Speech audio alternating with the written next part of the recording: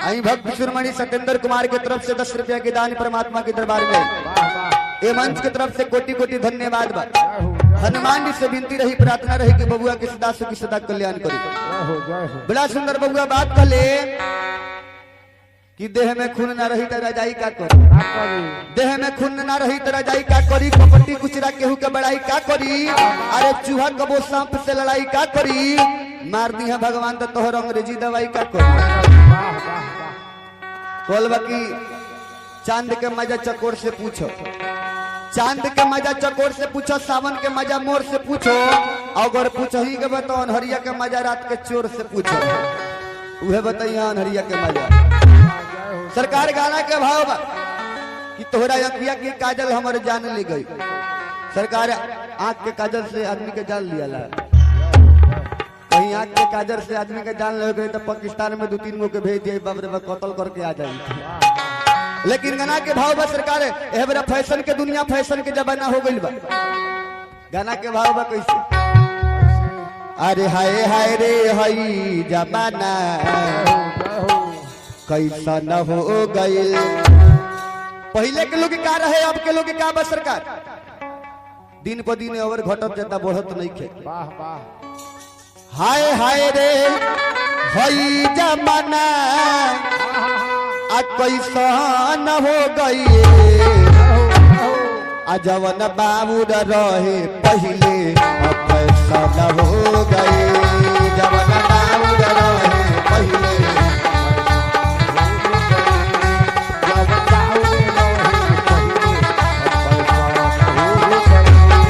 हाय हाय रे हई जमाना कैसा न हो गए, हाय हाय रे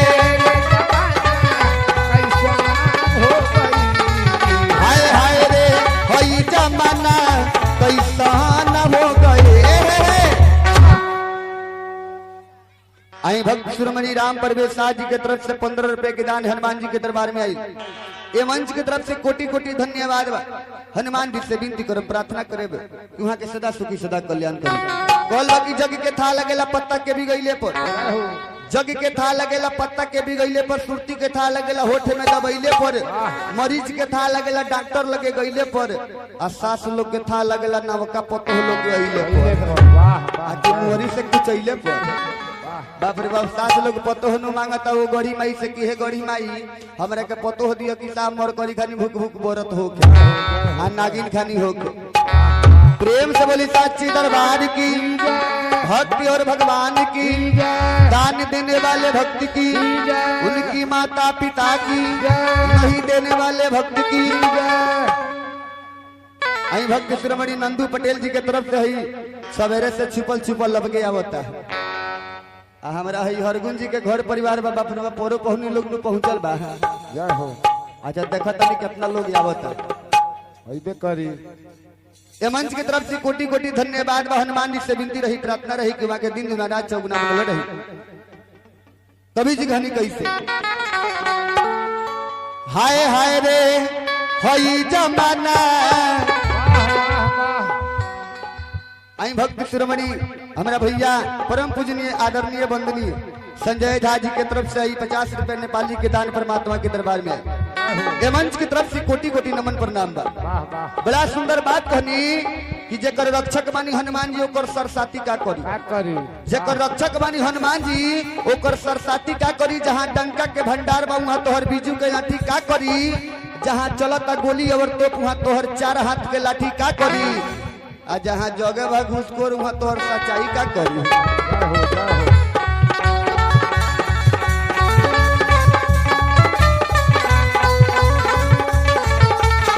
हाय हाय रे हई जमाना कैसा न हो गए,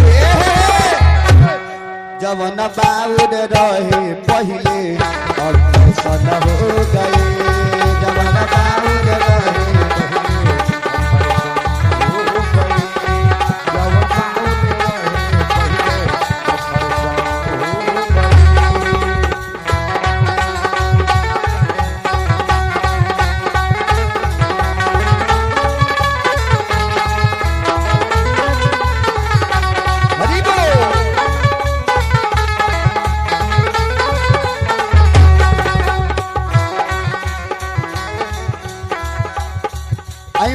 शिरोमणि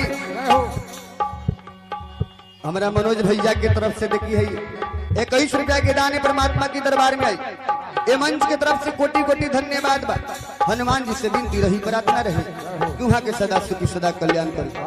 सरकार पहले के लोग क्या रहे, पहले के माई बहन यहाँ से यहाँ तो लट्टी यहाँ से यहाँ तो मांग फारी कहेला तो हमारे पति देव लंबा उम्र हुई, हमारे पति देव सदा के लिए खुश रही है। लेकिन मेरा फैशन के दुनिया फैशन के जमाना हो गई बा।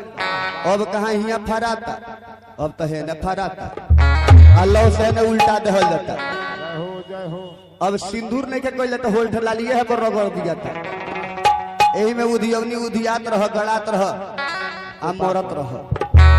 फैशन के सरकार दुनिया हो गई बा, फैशन के जमाना हो गई बा। एह बेरा एक कलयुग में सरकार 2000 3000 4000 5000 के जींस की नाता आ जींस हुआ तब पागल सियार खरखोच दिला भाई। हां करी फैशन फैशन है मार तो ही के फैशन के कौन फैशन है। सरकार पुराने जींस हो के ओकरे के फाड़ के पहिर ली। पहले के माई बहन कहीं सरकार अगर लड़का कहीं चल जाई फाटल कपड़ा पहिर के बड़ा शिकायत हुई तो में पेवन लगा दी, चलो कानू पेवन वाला कपड़ा हो। लेकिन हमरा तक बिना पेवने वाला चलता है। लड़का लोग के का पूछला बनी, लड़की लोग फैशन बाप रे बाजार में घूमता कहल बा कैसे अरे देहिया पर नहीं खेलूगा से नुरा साइड में लागल हो घूमेली बबुनी मार्केट जी सब के फाटल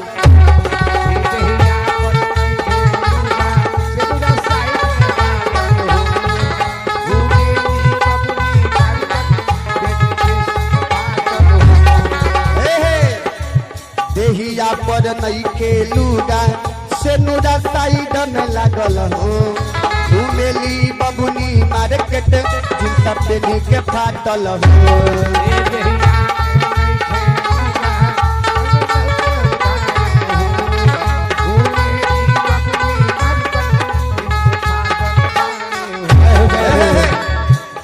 भवे भसुर से नाला जाली ऐसा न हो गए।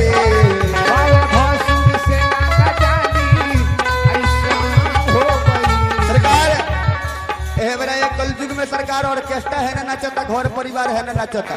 बाप रे बाप ऑर्केस्ट्रा फेल हो जाता घर परिवार के चलते। बाप रे बाप भसुर लोग खड़ी आई जाता, उत्तर में है दक्षिण में है घूम जाता लाज है। लेकिन भवे लोग कहेला बाप रे माचरा में से लुगा उतर जाता, बाप रे मुड़ी पर से तो चढ़े जाता मुझे कम हो जाए।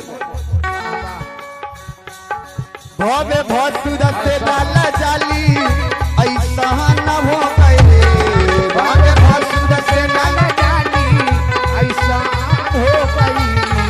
हाय हाय रे हाय हाय रे हाय हाय रे हाय कैसा न हो गए। हाय हाय रे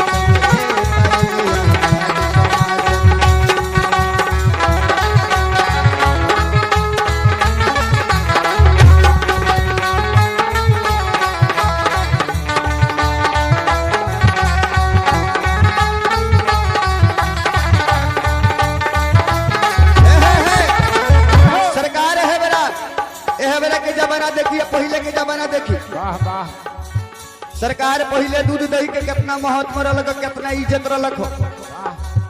लेकिन है कलयुग में दूध दही के कोनो इज्जत नहीं थे। पहले सरकार दूध दही कहीं भर न दिया दही जमा दिया है तो 3-4 बीघा खेत लिखा दे जमीन लिखा दे।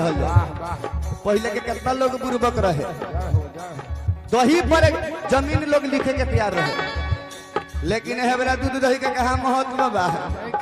पंडिया जी से कहल जाता कि ये पंडित जी महाराज जी हमारा घरे कथा पूजा बा सरकार आवल मुंह जुठिया लहल तनका दही चूड़ा से कथी दही चूड़ा खिए हटावा जाए दो छोड़ सरकार पंडित जी का कहल जाता कि ये पंडित जी चली ना दूगो खामा आया 3 किलो भुजुआ दिला बाबू पंडित जी लोग पहले ही तैयार हो जाता चलो तोहरे घरे हमारा निमंत्रण बीजे सब रही। सरकार फैशन के दुनिया फैशन के जमाना हो गई बा 100 में सरकार 10% पंडित जी लोग बाकी सृष्टि चलता ये दुनिया चलता पंडित जी लोग भी हमारा काता पूजा करावल छोड़ दिले पर एक जगह का पूछे में कि शादी के बियाह रहे हनुमाने चीज सब पढ़ के पूरा शादी बियाह करा दिले बताइयो कितना कहाँ के पढ़ल पंडित जी रहे कहल बा दूध दही में नहीं के विटामिन सभे काला अंडा हो जहाँ हो के रामायण गीता वहाँ नाचेला बंदा हो।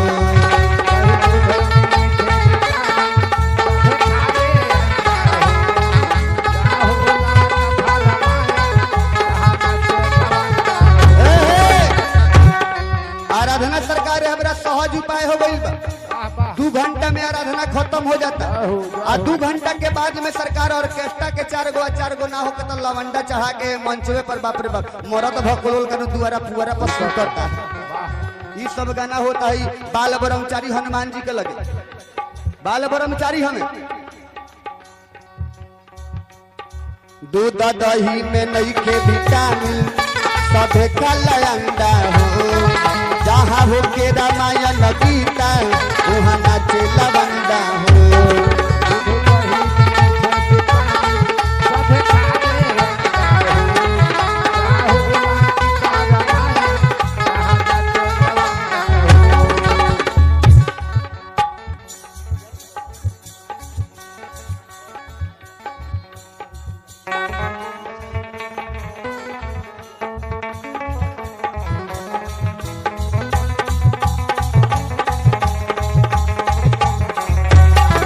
दूध दही में नहीं के विटामिन सभे काला अंडा हो जहाँ होला रामायण गीता वहाँ नाचेला बंदा हो।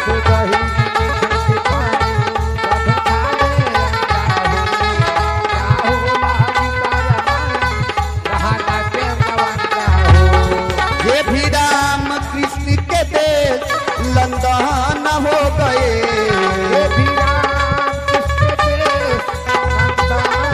जे भी राम कृष्ण के देश लंदन हो गए हाय हाय रे हाय हाय रे हाय हाय रे हाय जमाना कैसा न हो गए हाय हाय रे हाय